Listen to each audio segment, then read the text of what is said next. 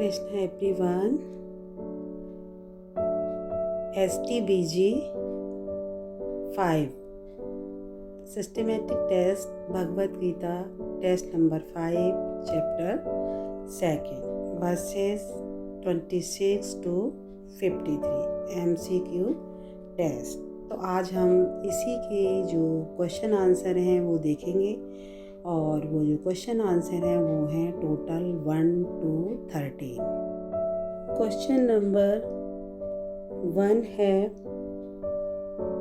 कृष्ण अर्जुन से श्लोक 2.26 में कहते हैं कि यदि वह मानते हैं कि आत्मा का जन्म और मृत्यु बार बार होता है तो भी उसे शोक नहीं करना चाहिए। कृष्ण ऐसा क्यों कहते हैं?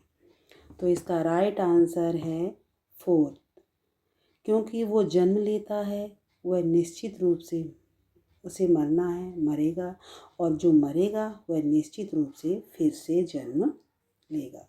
क्योंकि जिस तरह जब हम पुराना वस्त्र त्यागते हैं, नए वस्त्र को धारण करते हैं, इसी तरह जो आत्मा है एक नए पुराने शरीर को छोड़ करके नए शरीर को धारण करती है।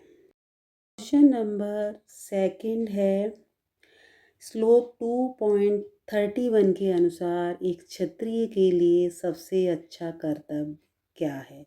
तो इसका राइट आंसर हुआ धर्म के सिद्धांतों के आधार पर युद्ध करना। जो श्लोक 2.31 है उसके अनुसार क्षत्रिय का सबसे अच्छा कर्तव्य है धर्म के सिद्धांतों के आधार पर युद्ध करना। क्वेश्चन नंबर 3 है, यदि अर्जुन युद्ध नहीं करता तो इसके परिणाम क्या होते? तो राइट आंसर इसका हुआ first, second and third. First है, लोग सोचते हैं कि उसने डर के कारण वापसी की है। सेकंड, वह पापी प्रतिक्रियाएं एकत्र करेगा। थर्ड है, उसके शत्रु उसका उपहास उड़ाएंगे या फिर उसका मजाक उड़ाएंगे। क्वेश्चन नंबर 4 है, यदि अर्जुन युद्ध लड़े तो उसके संभावित परिणाम क्या हो सकते हैं?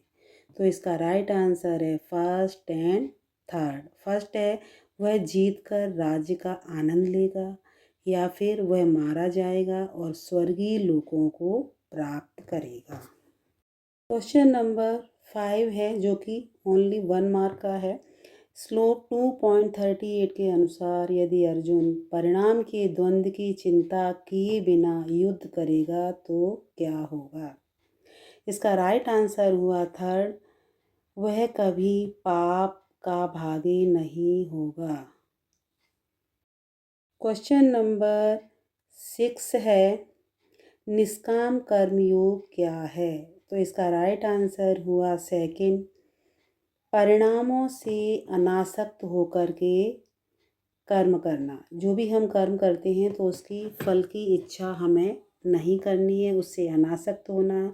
जब हम कर्म करते हैं तो कर्म के अनुसार हमें फल की प्राप्ति होती है, लेकिन हमें उस फल से अटैच नहीं होना है। जो भी हम कर्म करते हैं तो उस कर्म से हमें अटैच नहीं होना है। ये भी है ओनली 1 मार्क का।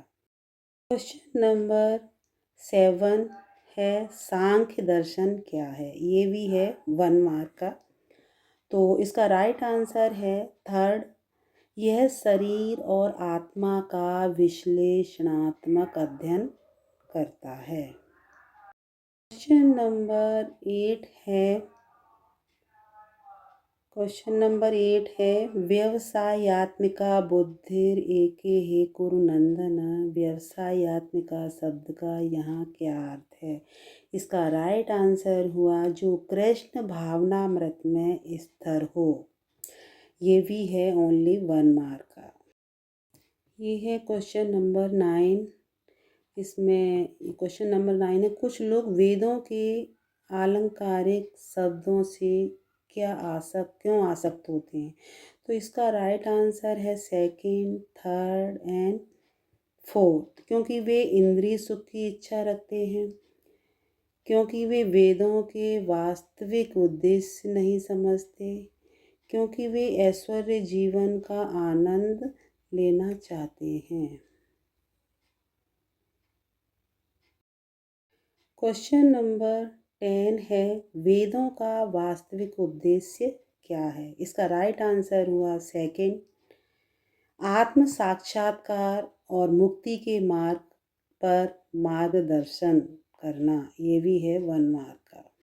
क्वेश्चन नंबर 11 है, जब कोई व्यक्ति इंद्रिय सुख और भौतिक ऐश्वर्य से आत्मिक आसक्त होता है तो फिर क्या होता है? इसका राइट आंसर हुआ फर्स्ट, भक्ति सेवा के लिए दृढ़ संकल्प उत्पन्न नहीं होता। ये भी है 1 मार्क का। क्वेश्चन नंबर 12 है, जो व्यक्ति भक्ति सेवा में संलग्न होता है उसके कर्म फल का क्या होता है? तो इसका राइट आंसर हुआ फर्स्ट, वे और ये फोर्थ।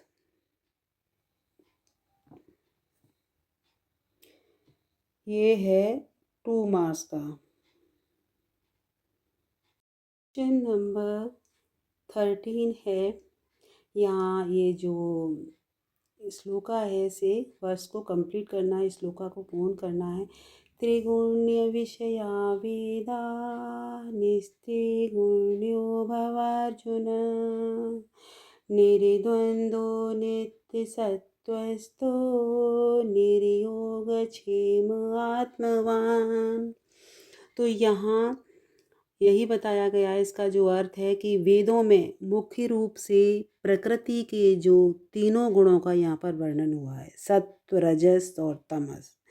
तो यहाँ भगवान श्री कृष्ण अर्जुन को यही बता रहे हैं कि इन तीनों गुणों से ऊपर उठना है तुम्हें, समस्त देवताओं और लाभ तथा सुरक्षा की सारी चिंताओं से मुक्त होकर के आत्मपरायण बनो। उनका बस यही कहना है भगवान का कि जब मनुष्य कृष्ण की इच्छा पर पूर्णतः आश्रित रहता है तो वह दिव्य अवस्था को प्राप्त करता है, और इंद्रिय तृप्ति के कर्म हैं, जो कार्य हैं, उन्हें हमें त्यागना है।